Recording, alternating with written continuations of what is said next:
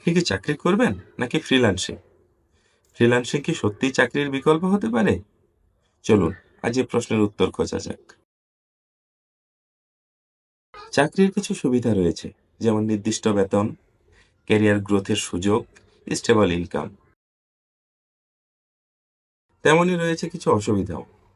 নির্দিষ্ট সময়ে অফিস যেতে হয়, সৃজনশীলতার জায়গা কম, স্বাধীনতার অভাব। চাকরির মতো ফ্রিল্যান্সিং এরও কিছু সুবিধা অসুবিধা রয়েছে। ফ্রিল্যান্সিং আপনাকে দিচ্ছে নিজের সময় মতো কাজের সুযোগ, একাধিক সোর্স থেকে ইনকামের সুযোগ, কাজের ক্ষেত্রে স্বাধীনতা। ফ্রিল্যান্সিং এর ক্ষেত্রে রয়েছে বেশ কিছু চ্যালেঞ্জ, যেমন প্রথম দিকে ক্লায়েন্ট পাওয়া অনেক কঠিন, ইনকাম সবসময় নিশ্চিত না, সেলফ মোটিভেটেড থাকতে হয়।